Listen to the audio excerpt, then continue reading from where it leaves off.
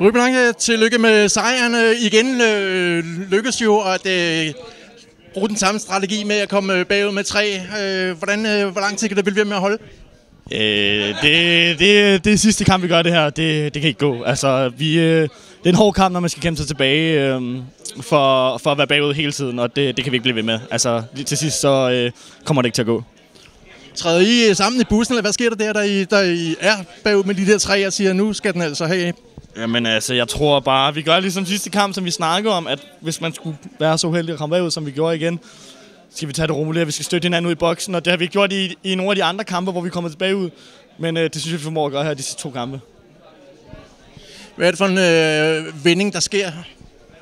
Ja, altså, det er så om det er lidt sjovt, men altså, vi stepper lidt op. Vi ikke burde spille med det niveau hele tiden. Men ja, vi stepper i hvert fald et skridt op, hver gang vi er bagud. Følelse anden gang her i hjemmearenaen her. Hvad er det for en følelse? Det er altid fedt. Altså, som man kan se, jo flere kampe vi vinder, jo flere fans kommer der, og det er også fedt. Og vi har en svær situation lige nu, men jeg synes, at den støtte, vi får fra fansene og folk omkring holdet, det er super fantastisk, og det gør, at vi kan have ro til at spille vores ishockey.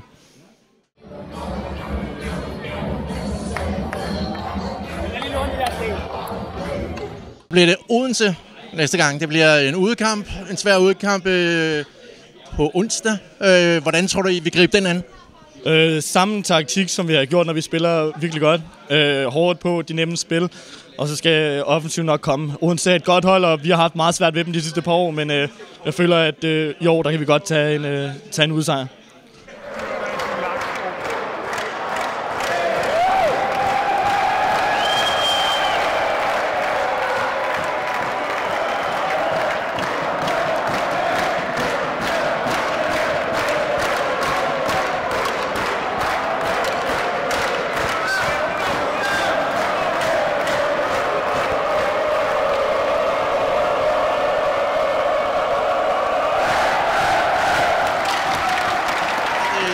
Er den farligste føring, eller hvordan ser du kampen her?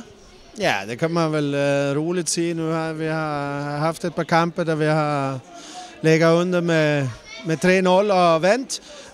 Men jeg tror det vigtigste var det, at vi spillede faktisk de første 10 minutter synes jeg faktisk, vi spiller sådan fornuftigt.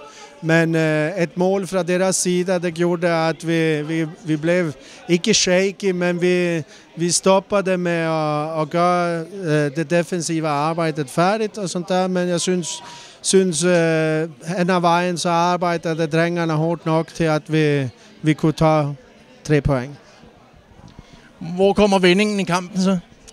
Ja, altså vendingen er, jeg synes vi følger, at vi hele tiden er der. Vi gør mange gode ting med puck, men uden puck, vi spiller ikke situationerne færdigt. Men når vi får 3-1, at vi får hold på deres målmand, så føles det som, at vi får lidt mere blod på tanden, og derifra tager vi det. Ja, den er vel svær at score på, når han har en af sine gode dage, ganske dernede. Så ser det ud som om, det er næsten ligegyldigt, hvad vi stiller op med.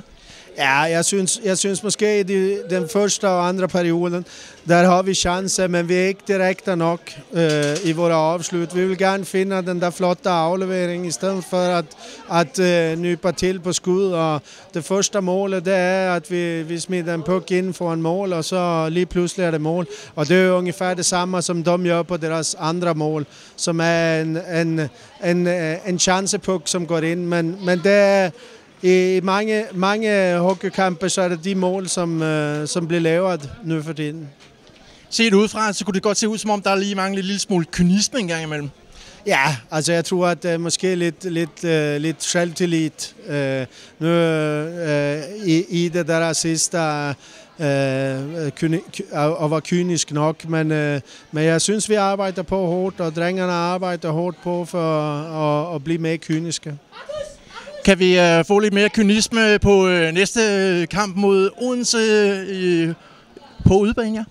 Altså, Odense ude, det er en svær kamp, og der skal vi virkelig score på vores chancer og få gjort det, så vi skal fortsætte at bygge på det vi har synes, vi har gjort de sidste par kampe med, at vi får mere spil i angrebszon på grund av at vi spiller lidt mere, hvad skal man sige, vi spiller lidt mere efter banderne for at få de her chancerne. Der skal vi blive mere kyniske at gå ind i den trafik foran mål og tage det. Men dejligt at se i dag. Altså, det sidste mål, vi gør, det er jo vilje, at man vil ind, og der det gør ondt. Så det er fedt.